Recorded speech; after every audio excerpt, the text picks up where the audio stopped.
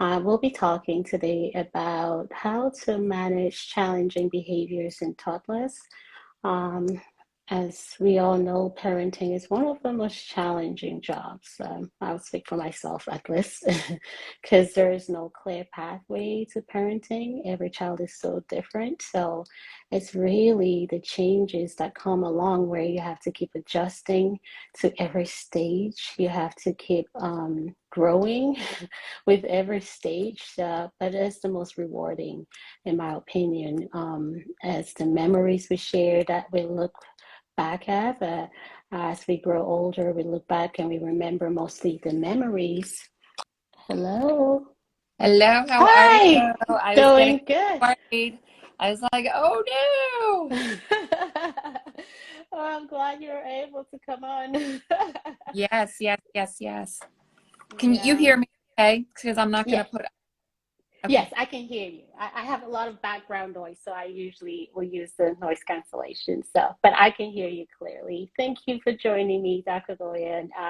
I just started by introducing myself, but if you'd like to tell people who you are, and then we'll get started with the topic for today. Oh, great. Well, thank you. Thank you, Dr. Lum. Thank you for inviting me. I am Terry Nguyen. I am a pediatrician who is trained in integrative medicine, and my interest is integrative practices for children's treatment of behavioral issues and behavioral issues, whether it's young behavior, temper tantrums, or anxiety later on. And I work in Baltimore. Amazing. Well, thank you for joining me here today. So, right before you joined, I was talking about the topic for today, how to really give information to help parents manage those challenging behaviors, right? Because as we know, parenting is challenging. It doesn't matter how much you know. Yes, And I agree. there are always going to be obstacles along the way. So this is just a way to say it is normal. We're all going through the same journey, and just provide parents with really simple, practical tips on how to manage this behavior or the stage of parenting. Uh, Absolutely. right. So let's start with asking, like, why the behavior though? I think the behavior often is that the child can't communicate their emotions and feelings because they don't have the words for those what they're feeling. They go from 0 to 360, happy, sad, and very distressed. So it's our responsibility as parents to teach the children the vocabulary for their emotions and their thoughts. That way, if you see them about to do something, validate it and say, hey, I see that you're getting angry. Okay, or you're frustrated. That looks like, and are you, feeling kind of, clenched and just, you could stomp your feet. Well, that's frustration, and let's work through it. So when you catch them in a buildup of something, maybe label it then for them so that they have the vocabulary to share it with you instead of acting it out physically in a maybe not as pleasant behavioral, in a behavioral manner. Right, absolutely. And typically, like you said, communicating, it may be they need something from you too, and maybe they're in need of your attention, and you maybe be busy doing something and you've ignored them for long enough where it's just like, I am going to stomp my feet until you listen to me and stuff like that. So Absolutely, I agree. Sometimes if you can just give them attention for when they come to you, like you're in the middle of typing something up on the computer and you would really like 1 minute to finish it. I hope it really is 1 minute though, because they may wait for a little bit and it'll be less than a minute. But then if they are not getting your attention, that's when they're going to do the meltdown because I don't have the vocabulary to say, well, I've waited and now you're not holding up your end of the bargain. Or the alternative is just stop what you're doing, drop it right then and there, and attend to what they need, because that is going to avoid the very frustrated tantrum or behavioral reaction that they're going to have. So anticipation and perhaps getting in front of it rather than reacting to it will be a big key to with our toddlers. Absolutely, and save you a whole lot of time too. So 5 minutes in the middle of you doing something, or 20 minutes getting over the tantrum and the tears and yeah. And then children do, they learn, right? They learn that, oh, I get mom or dad's attention when I misbehave. Like I have to have a tantrum or cry before I get their attention. So that's not what we want to teach our children. We want to help them know that we're going to catch them doing good. So, when you see them sharing or when you see that they're doing something on your first ask, praise them for it. So you want to have praise that is in sync with an active action that they're doing. Empty praises, oh, you're so great, you're so, but it's not being linked to something tangible, something that they're doing. It's not as effective. Right. So what I'm hearing is really paying attention to the positive behavior and bringing it to light. So it's kind of us communicating what our expectations of them are, right? Exactly. I mean, I think parenting and every aspect in life is related to parenting. So Yes. how do you make your team work well for you? So even a team at work, let's say, you want to make sure that the team knows what the expectations are. You've trained the team for their task, right? So you've trained your toddler for whatever task it is that you're going to request of them to do. And you give positive feedback, right? So praise when they're doing something well. And then you do a consequence if you call them out when things aren't being done correctly.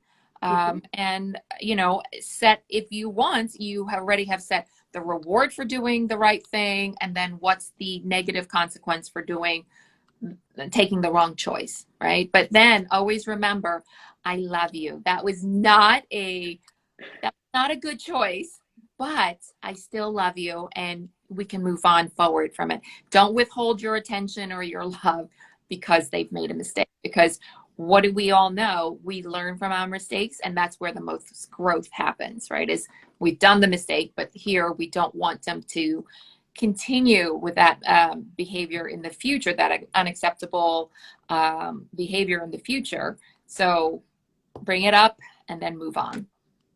Right. I love that aspect of I love you, where we're distinguishing the child from the behavior. Because one thing I've seen is where we start labeling the child like this child is a bad kid, he's an angry kid or something, and then they internalize that and making it even worse, right? Absolutely. Yeah, another thing I've seen where we're going back to the reward and consequences is that sometimes we unknowingly reward the bad behavior, where we're enforcing it as opposed to getting the kid away from it. An example I'll give is either bribing the kid, like if you just stop, I'm going to give you McDonald's per se, or something the kid really wants, right? So it's just like, what are we really communicating to kid when we try to bribe them? Correct. So it's much it's preferable for you to do the positive encouragement. So you might even do a behavioral chart with your child if there are certain things that you want to make sure, like there's certain behaviors that you are working towards with your child.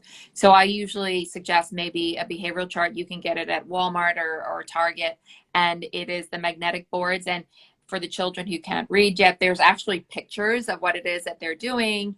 It may be, brushing your teeth. It may be getting to bed, getting into bed by a certain time. And so maybe, three tasks, and then can you get a star each day? And if you decide with the child ahead of time, or, if you get 2 stars, because let's make sure that there's one thing that is always, something that they're going to be able to accomplish. And then a second one that, plus or minus, and then the third one that this is something that you're working towards. but perhaps like if you get 2 out of 3, there's a reward. And then if it's 3 out of 3, there's definitely a reward. But that's a huge motivator. All people, right, work so much better when there's positive motivation rather than negative consequences. So if we can set it up in that routine, that will work out better. Uh, I uh, I really enjoyed using the boards because again, this is setting expectations and actually following through on it. And the rewards don't have to be candy, toys. Children are so happy to get our attention, and I think sometimes we forget that.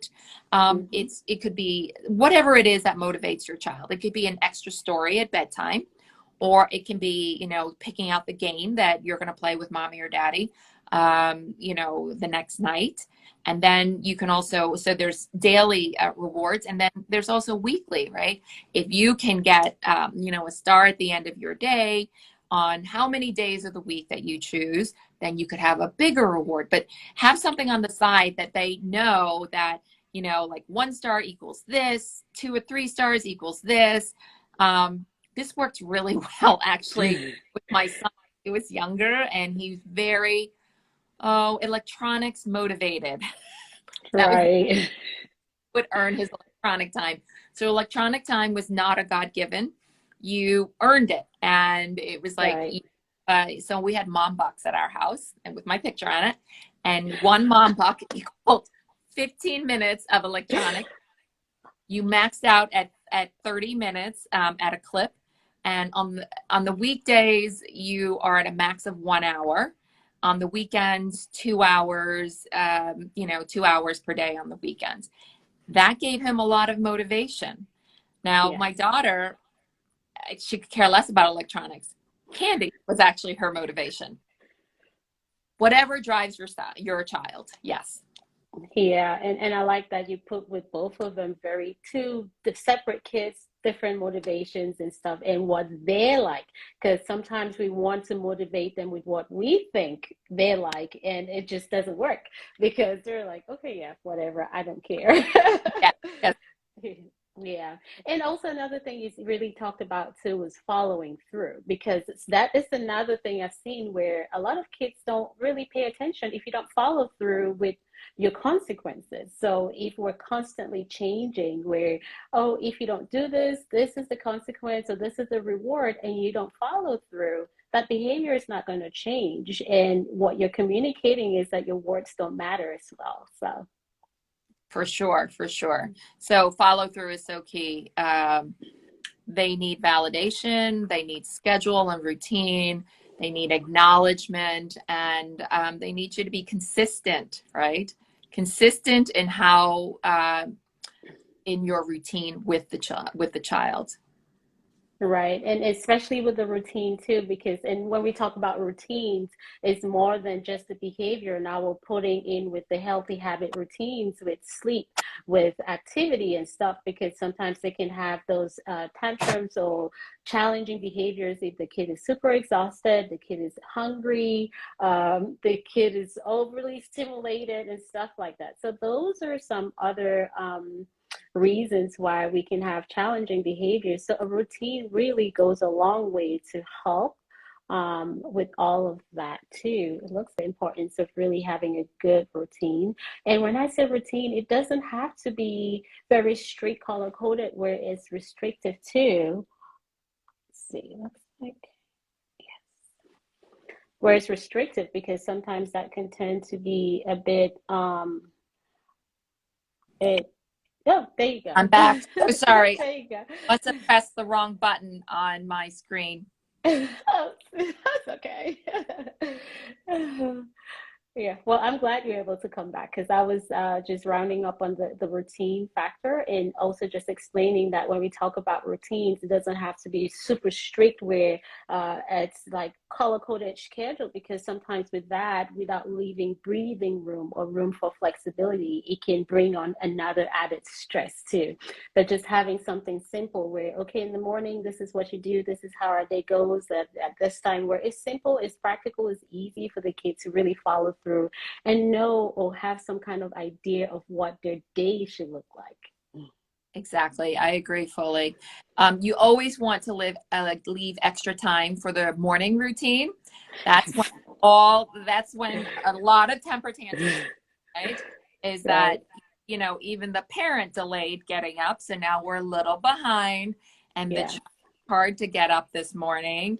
And today we don't want to get changed and dressed. And so as falling consciously more behind, we're getting activated, and then our children absorb that high energy and stress energy, and they feel it too, and then they kind of lose their cool in response to us not being the cool-headed parents normally are, and it's Right. a cycle of kaboom, there goes the volcano for everybody.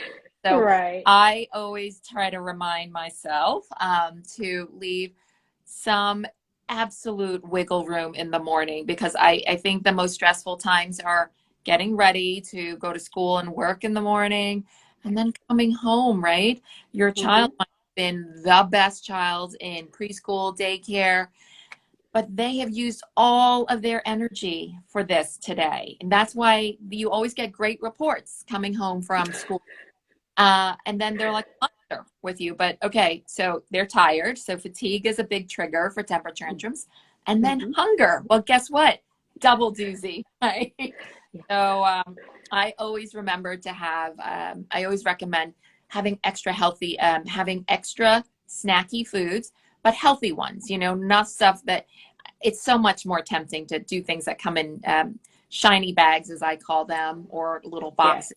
But have some fruit available, have some yogurt, even something that will soothe their hunger and calm their hangriness, but Yeah. healthy.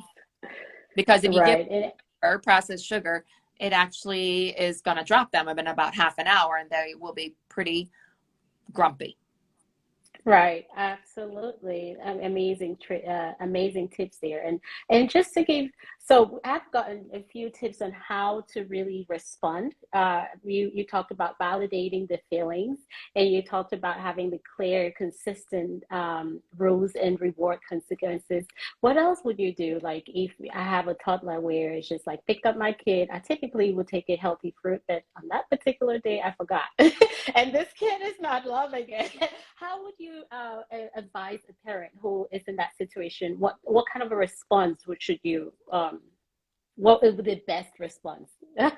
So, is the child hungry? Yes, the child is hungry, tired. You just picked them up from school, and I was rushing on that day, and I forgot the snack. Ah, uh, and your daughter is now saying, I'm pretty hungry, mom. Okay. Well, you have nothing? Oh my goodness. Um, well, there must be some other comforting things that you have available. Substitute a toy, something no, but explain. I'm sorry, I forgot your snack, but we're going to be home in whatever time, and let's talk about what you'd like to have when we get home. So you're buying yourself time there, and not getting caught up in what she cannot have right now. Right?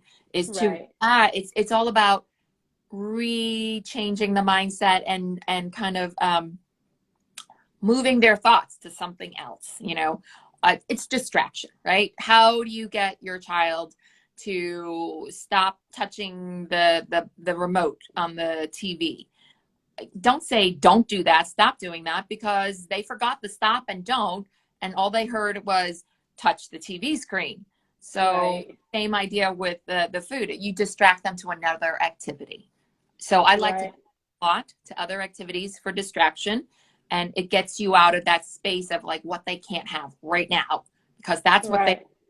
they're like ingrained, like I want this right now. Well, since that's not available, what can we do now? Right, absolutely. And it's just the redirecting, especially kids have a really short attention span. And also acknowledging that I'm sorry, I forgot, which tells them too that we all make mistakes. There's no one is perfect. You make mistakes, I make mistakes, and it helps them to acknowledge too when they're in the wrong, right? Yep. And you're modeling for them, right? So Correct. they learn a lot from our behavior. So mommy made a mistake, I'm sorry, I forgot, but we can do this right now, and we'll have that snack when we get home. And do know what you're going to immediately go and get when you get home. Right, right. Okay, so I want to be mindful of your time. Oh my goodness, already 20 minutes. But before we go, I want to find out from you, what are some tips you can offer parents to how to try to help prevent this behaviors? We talked about really anticipating and stuff. What are the things where you can anticipate and do where it can make your day less challenging? Adequate sleep is right up there for us, right? Right, Uh, depending on the child's age, toddlers are needing anywhere between 12 to 14 hours of sleep in a 24-hour period. So if there was not adequate sleep the night before, you should brace yourself. Today might not be a great day. Changes in schedule or routine. That really throws children off. It throws us off, but it throws our children off even more so. So as much as possible, we want to keep to a consistent routine and know what the expectations are. And if things are changing, you want to explain it to your child. So, the car broke down this morning, so we're going to do something a little different, but we'll get you to school, right? So it's just sharing with them so that they're in the know. So it's not always like, oh my gosh, somebody else is making decisions for me again. I don't know right, what's happening to me in my body. That is like a shocker to their system. And so, and hunger, right? And that's the other thing. If you know that your child is hangry after daycare or preschool, have that snack. Be ready to give them something, because that's also causes them to go from happy to very upset in a snap of a finger. Uh, right. uh, Adequate sleep, anticipate hunger, any changes in the environment or the schedule or the plan. So kind of give them, advance notice as much as possible. Um, so anticipating, I agree with you. I think Yeah. anticipation is really the key. Or when you know your child well enough and you know some of the behaviors that are going to lead up to the big blow up. So Yes. catch them right then and there. Stop what you're doing. I know it was inconvenient, and it's always inconvenient, but end to, right? I mean, Yeah. ultimately, what's the drive behind all of their behaviors? It's your attention, right? Yeah.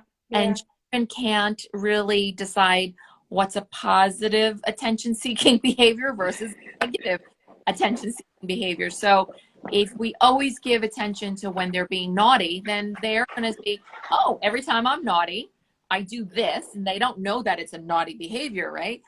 This is how I get mommy or daddy's attention. Whereas if I'm just doing my own thing and I'm going along merrily, nobody pays me any attention. So why would I Right. continue playing by myself? Absolutely. So, in addition to that, really scheduling time to have fun with the kids too, right? Yes, yes. Schedule time is really key. Yes, that bedtime story. So I love the routine. It's the 4 B's. It's brush, bath, brush teeth, book, and then a bed. So it's the 4 B's every night, so they know what to expect. And that Mm-hmm. gets into the routine. And that really also helps build their love of books for the future. And that is Right. such a calm and soothing, settling down experience to help them go to sleep. And then also to help them learn the love of books for the future. And notice there's no screen time. Yeah. No screen time for an hour before bed, no screen time, no electronics in the bedroom. As electronics seem to be so readily available to our toddlers even these days, I have never introduced electronics in my children's bedroom. So no TV, no iPads, no television, not even a computer. And they are older teenagers now, and they know that it's not a place for electronics in their bedroom. So in the long run, what it means is you won't have children who are isolating themselves from the family with their doors closed and just in their room all by themselves. No Right. idea what they're doing, and then disrupting their sleep also, right? Because there's so many things you can do on social media instead of sleep, and that seems so much fun until the next morning and you're an absolute ogre. Yes, absolutely. Yes, this is key and essential, not just for now, but because we're really setting them up for success or failure at this point based on how we help them with those emotional needs or how we respond to their behavior. Whether it's you act out and get what you want, because it's not going to end up in the household. It's going to be something that is going to be extended out there. And then also as a teenager, with everything available, and we know teenagers and sleep and teenagers and electronics, but if this becomes a norm, you have less to worry about when you have a teen. Right. So you're setting the foundation here. So set a good, firm, loving foundations that you can build forward with. Right. Wow. Thank you, Dr. Nguyen. Any last words before we leave? No, so one of my favorite things, I think very calming for all children, besides you telling them that you love them, are hugs. Yes. Hug free hugs are, the sense of touch is actually just so calming to our central nervous system. And I can't remind parents often enough. As often as children want to hug us, we want to initiate the hug. So the feeling of being loved and affirmed goes such a long way, so that when there are rougher times, you have those other moments to fall back on. So that's what I do. Yes. Oh, thank you. Thank you very much. And just remember, be kind to yourself. We're all on a journey here, and there will be obstacles. It's just like knowing that we're giving it, living in the moment and giving our best, and and just, keep it moving. Yeah. And parenting Yeah. is one of the most challenging, but also one of the most rewarding journeys for us, I think. Yes, it is. So where can people find you, Dr. Goodin? You can find me on my Instagram channel. It is Dr. Terry, Dr. Terry at underscore anxiety antidote. So Dr. Terry underscore anxiety antidote. I have little 1 minute snippets. I call it Dr. Terry on demand. And so if you have any children who might have anxiety, not necessarily an anxiety disorder, but just anxiety, this is a handy, I do very practical, handy little tidbits on how to handle motivation, procrastination, negative self-talk. So please give it a try. That's a big one, especially with the teenagers, right? Yeah. Yes, absolutely. Well, thank you for joining me here today, and I really appreciate your time, and thank you for everyone who is on live. And I hope to see you on for the next live session. Okay. Thank you. Thank you. Bye. Bye.